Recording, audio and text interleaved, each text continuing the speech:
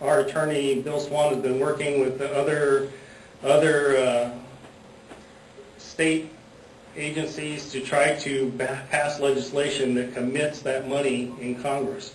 We're still struggling with that. Reclamation has said it's in there, it's always the appropriations are there, but there is no guarantee that that money won't be pulled out. That's why we want legislation, and still we haven't gotten that yet. Well, I know we're all going through a tough economy, but they need to realize so are we. Right. And we're committed if they're committed. Right. On the breakdown, you'll see the biggest provider of the funding on the state side. California is 56.5% is MWD. IID is the next largest. Then you have Coachella Valley Water District, LADWP, San Diego County Water Authority, Palo Verde Irrigation District, SCAPA, Edison, BARD, Colorado River Board, and then Needles. This is a large group. However, if you were to look at Arizona's of 26 entities, it ranges anywhere from the Arizona Department of Water Resources all the way down to the township of Fredonia, and how you split that up and on an annual basis get the money, I don't know.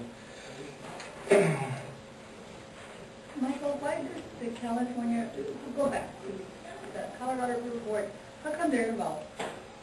Because they represent all of the irrigation and water resources from the state of California on the state side, on the river.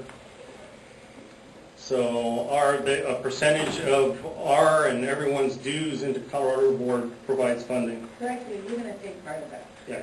Mm-hmm. Right. Here's how that money in 50 years is split up. Right now, and on the right is mainly the annual contributions. The first 5 years, we've been paying annually about $460,000. You can see it kind of increased years 6 through 10 because we're figuring we have to do some land purchasing and other things in order to verify water rights, in order to use the water and all kinds of things that will cost money. But at the end, the average for IID is about $517,000 a year that we're paying into this program.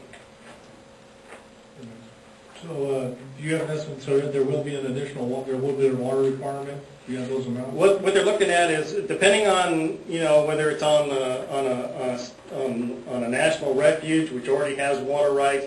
But if we decide that there's a good deal to buy some land that someone's offering. We have to verify that there's water rights if we're going to do these kind of wetland habitats and stuff. And if there isn't any, we may have to figure out how to buy that allocation and from who. So, and there's a funding agreement, and they're working on a water acquisition policy and program that we're still working on within all 3 states. And the benefits, again, was the ESA coverage for the lower basin for 50 years, and provides coverage of both water and power. It's narrow in scope. Federal government covers 50%. Avoids problems like at the Klamath, Rio Grande, Central Valley, and the Columbia River, which have had ongoing for years endangered species issues. If anybody wants to, the MSCP has their own website. And you can look at any kind of documents. They're all posted on there. On your left, you see each year we do an accomplishment report of the past year, what was accomplished, and then the proposed next year's annual work plan and budget. They also have everything dealing with how they assess various sites. On the right is backwater inventory, how they did testing on the backwaters and which backwaters are potentially suitable for restoration. And that brings us to backwaters. They've identified in that document 25 backwater areas on the river. The plan is most of them aren't suitable for restoration for native fish, but the ones that are, the Reclamation and the MSCP wants to go and do some restoration. Here's an example of 2 of those. Headquarters Lake, which is essentially, they're both on the Imperial National Wildlife Refuge. Headquarters Lake is kind of closed to fishing, and Secret Lake is open. They've all gone through an extensive selection process. And it's been coordinated with Fish and Wildlife Service, Arizona Game and Fish, California Fish and Game. And they won't use all 25. And remember, we need 360 acres someplace along there.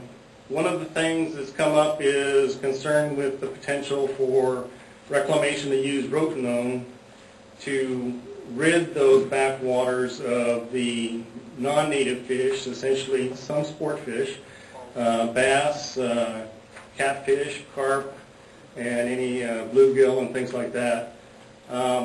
That isn't the only option they have.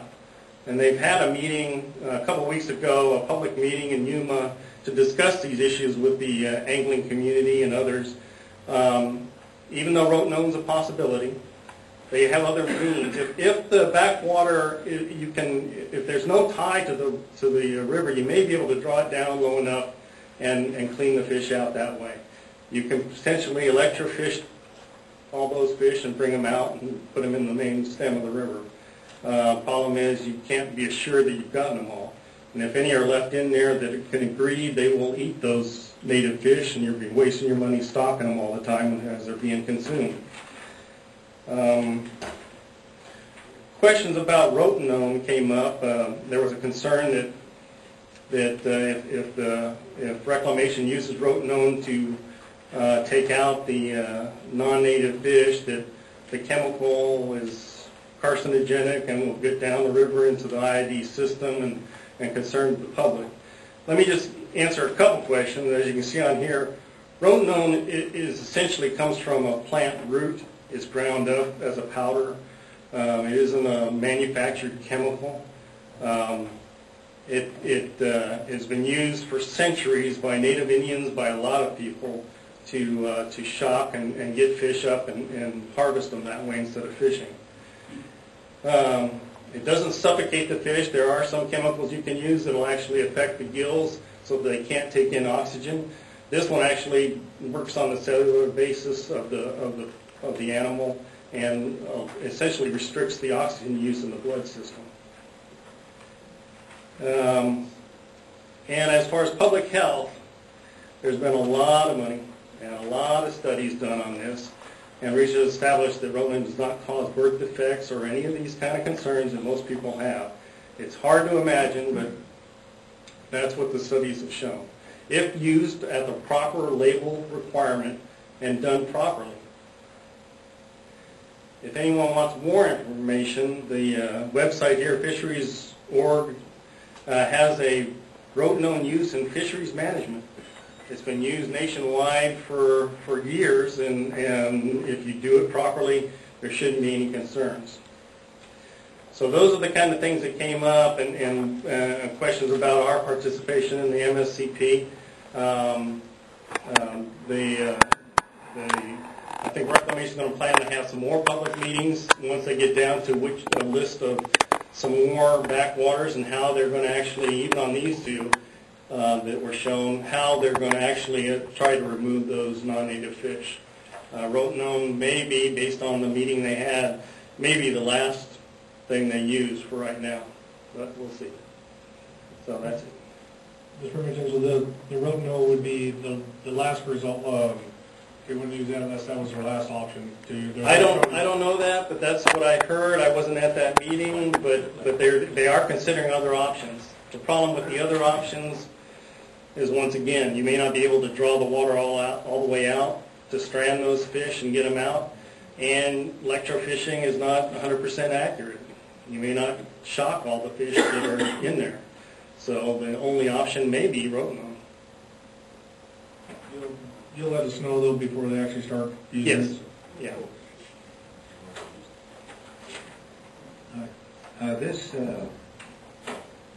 matter was brought to my attention. I asked to have it placed on the agenda. It was my understanding there may be some people here who would like to address. Please step forward to the mic and identify yourself.